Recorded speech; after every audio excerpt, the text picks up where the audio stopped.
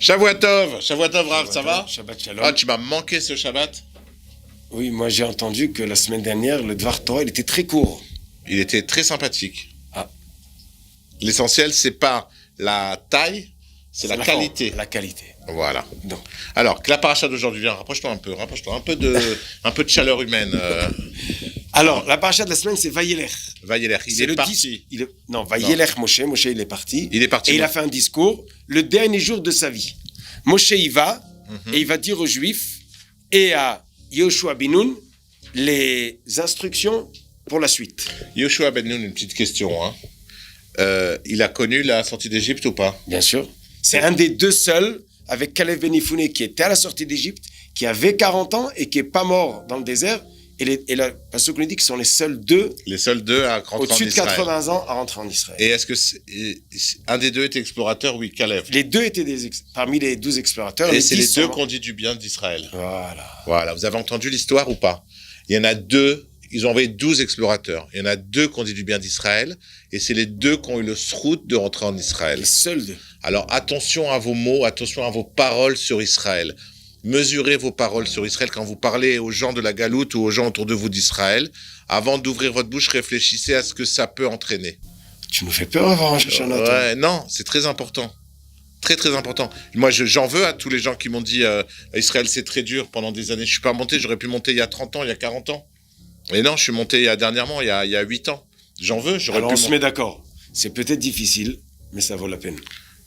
Mais c'est ça le discours de Caleb et de Yehoshua quand ils sont rentrés. Ils n'ont pas dit que c'était super facile. Ils ont dit c'est difficile et c'est pour on va y aller et on va réussir. Et on va réussir. On a Sevenasliar.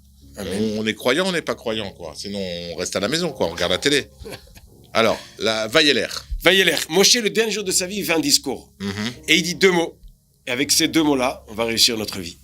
Chazak ve'ematz. Sois fort et sois confiant. C'est ce qu'on dit à la fin de chaque discours. Voilà. Et c'est ce que Moshe il dit à Yehoshua, Chazak ve'ematz, parce que c'est toi qui vas rentrer les Juifs en Israël et tu vas le faire hériter.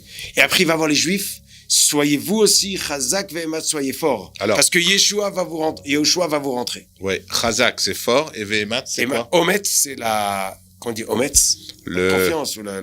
Ometz, c'est pas le vinaigre? Non, Chometz. Ah, Chometz. C'est pour le chet, c'est un E. Ouais, c'est mon hébreu le pan, quoi, ça me manque. Ok. Donc, Ometz, ça veut dire... Ometz, c'est celui qui a courage. Fort et courageux. Ometz, c'est courage. Voilà, donc ça résume bien exactement ce qui est Eretz Israël. Il faut être fort et courageux. Et Moshe dit à Yehoshua, attention, sois fort. Et il dit aux Juifs, soyez forts. Yehoshua va vous faire entrer. Et de même que Dieu m'a aidé dans la guerre à l'est du Jourdain, Sichon et Og, il sera avec vous pendant la guerre. Et il ajoute une phrase. Oui. Parce que c'est lui qui va passer devant vous, lui Dieu, et c'est lui qui va vous faire hériter. Ça, c'est ce que Moshe Rabbeinu nous dit. Qu'est-ce que ça veut dire, c'est lui qui vous fait hériter? Alors, l'Agma nous raconte, il y a un passouk dans le livre de Yehoshua, que quand il a fait la guerre, un soir, il voit un malach, qu'on dit malach? Un ange. Un ange avec une épée. Et Yehoshua a eu peur. Il croyait que c'était pour lui. Tu es pour nous ou contre nous? Ouais. Il dit non, je suis avec toi. Il dit alors pourquoi tu es venu? Qu'est-ce que je t'ai fait? Il dit tu as fait 2 fautes hier. Aujourd'hui, tu n'as pas fait le korban de l'après-midi. Il y a le korban du matin de Shacharit. Et alors le korban, le sacrifice. Sacrifice de l'après-midi de Tamid de Ben Arbaïm, tu l'as pas fait. Pourquoi il l'a pas fait? Parce que ils avaient fait la guerre, c'était la fin de la journée, ils étaient fatigués et ils ont pas fait. Et le soir, il y a pas de guerre la nuit et ils sont allés dormir. Ils étaient fatigués, ils avaient fait la guerre toute la journée. Et le malach il dit 2 fois tu t'es trompé. Tu aurais dû amener le korban Tamid parce que de toute façon il n'y a pas de guerre à la fin de la journée et tu aurais dû étudier. Il dit c'est quoi qui est pire, qu'on n'a pas étudié ou qu'on n'a pas amené le korban? Il dit c'est pire que vous n'avez pas étudié. À cause de toi, le peuple juif, il a fait Bitul Torah. Comment on dit Bitul Torah? Il a perdu du temps à ne pas étudier la Torah. Une nuit. Ok, Donc, mais attends. donc il a accepté On va le juger. moussard. Qu'on dit moussard? Oui, la morale qu'on lui a fait. Mais bon, il a quand même fait la guerre la journée. Il était fatigué, le gars. C'est pas des petites guerres à l'époque, hein. C'est un peu genre Game of Thrones, quoi, avec Donc, des aujourd'hui, c'est des petites batailles. guerres. Aujourd'hui, c'est des petites guerres. Non, aujourd'hui, tu peux faire la guerre avec des avions, tu bombardes et c'est tout. Voilà, avec des drones, et voilà, c'est PlayStation aujourd'hui. J'espère que toutes les guerres, elles seront que PlayStation, d'ailleurs, comme ça, on protège tous les soldats de Tsahal.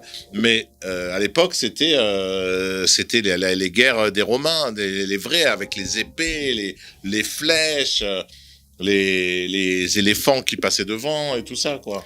Alors, quelle est l'idée derrière? Alors, quelle est l'idée C'est derrière? que, puisque c'est Dieu qui fait la guerre, tu fais ta ishtadlut. Quand on dit ishtadlut, tu fais ton devoir, ce que tu dois faire. Mais il ne faut pas perdre le nord, comme on dit, Voilà. pour savoir qu'est-ce qui est important. On vient en Israël pour quelque chose, par la force de Dieu, et après on fait notre petite ishtadlut. Comme la guerre des 6 jours. On a gagné, Dieu nous a fait gagner la guerre des 6 jours.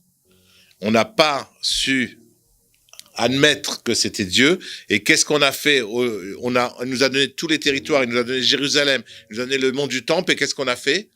On leur a donné, comme si c'était une guerre qu'on avait fait nous-mêmes et qu'on avait gagnée nous-mêmes. Et que c'était pas une guerre qui a été faite par Dieu. En 6 jours, même la plus grande des puissances, elle peut pas gagner ce qui s'est passé en Israël pendant la guerre des 6 jours. C'est-à-dire, c'était tellement évident que c'était les Malachim, les anges qui étaient avec leurs épées qui combattaient pour nous, qu'à la fin de cette guerre, tout le peuple aurait dû faire tchouva et on aurait dû prendre le Hara Kodesh, le mont du Temple, et virer la mosquée, quoi. Alors, Moshe Rabbeinu, il dit Chazak ve'emat. Tu peux dire Chazak ve'emat, mais c'est pas ça. C'est emat, c'est dans l'âme. Chazak ve'emat, il faut que tu comprennes bien quel est l'enjeu de l'histoire. Vous rentrez pas par votre force, mais par la promesse d'Hachem qui donne à Israël. C'est lui qui passe devant vous et qui fait la guerre. Fais bien attention. Et la preuve, c'est le soir, qu'est-ce que tu fais? Tu vas étudier, tu vas dire merci, tu comprends d'où ça vient et vers où ça va. C'est bon. Et encore une chose dans la paracha. Allez, encore une chose. Pour nous permettre à ne pas perdre le nord, pas seulement à la guerre. Il y a une mitzvah de Hakhel. Ça te dit quelque chose? Hakhel. Ouais, à quelle heure on mange? Hakhel, c'est tous les 7 ans, Ouais. tout le monde vient à Jérusalem et le roi il fait un discours. Ok, c'est la réunion. La réunion, les hommes, les femmes et les enfants, tout le monde vient. Les lapins, les rats, les éléphants. Et le pasuk nous dit, Non, afin, oui. afin qu'ils entendent et afin qu'ils en prennent et ils craignent Dieu et ils gardent d'accomplir toute la Torah. Alors, est-ce que dans le texte de cette paracha de la semaine, il parle de venir écouter le roi d'Israël? Il parle déjà d'un roi?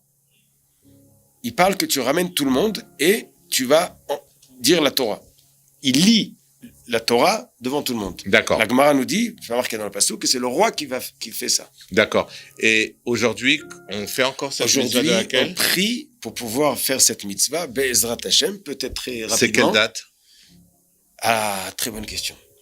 Alors, on a 2 minutes, il y a une Gemara qui dit Oui. qu'il y a un Rav qui a rencontré le Mashiach. Ah, sympa. Il lui a dit, quand tu viens? Non, il a rencontré Eliyahu Hanavi. Oui. Il a dit, quand il vient le Mashiach, il dit, va le voir, demande-lui. Il est là-bas. Il est parti voir le Mashiach. Il dit, alors quand tu viens? Il dit, aujourd'hui. Il revient voir Eliyahu Hanavi. Il dit, mais il m'a menti le Mashiach. Il m'a dit qu'il vient aujourd'hui, il n'est pas venu. Il dit, mais non, écoute bien ce qu'il t'a dit. Aujourd'hui, si vous écoutez ma voix, ça dépend de nous. Si on écoute la voix de Dieu, il vient aujourd'hui. La date, c'est nous qu'on la fabrique. Ok. Je t'ai perdu là. Non, j'essaie d'être là, mais... En tout cas, la date de Hakhel qu'on va pouvoir Be'ezrat Hashem la faire, elle dépend de nous. Donc, est-ce que chaque année, C'est pas aujourd'hui, c'est au temps du Beth Amikdash, au temps du Sanhedrin. tous les le 7 ans, tout le peuple venait se rassembler, entendre le discours de la Torah, une répétition de la Torah. et nous, on sait, c'est quand l'année du Hakhel en ce moment? L'année du Hakhel, c'est après la Shemitah, le Sukkot d'après la Shemitah. Quel jour dans Sukkot? Ah, c'est une colle ça, je sais pas. D'accord. Ok. J'ai réussi à le coller. Alors, ça c'est aussi marqué dans la paracha, cette mitzvah de rassembler afin de savoir et enseigner. Et d'ailleurs, on a vu ça tout le long de l'histoire. Ceux qui ont enseigné, transmis le message, les enfants, les petits-enfants, ils continuent. Ils attendent aujourd'hui la Géoula. Ceux qui ont moins enseigné, malheureusement, ils sont partis, ils ont quitté. Donc, le dimanche, le mercredi, le Talmud Torah, c'est important de ne pas le rater. Ok, donc on compte sur vous. Inscrivez vos enfants au Talmud Torah si vous êtes en France. Si vous êtes en Israël, il n'y a pas besoin. Les écoles font leur travail. La plupart. Une partie. Faut qu'on finisse sur un truc bien. Kol hakavod à toutes les écoles. Voilà. Qui apprennent le message de la Torah chaque semaine aux enfants. À nos enfants. Et Be'ezrat Hashem, que toutes les écoles... J'ai peur qu'ils disent un truc. Toutes les écoles transmettent ce message Merci, comme il faut. Au revoir. Qui peut l'arrêter? Merci, au revoir. Shabbat shalom, à la semaine prochaine.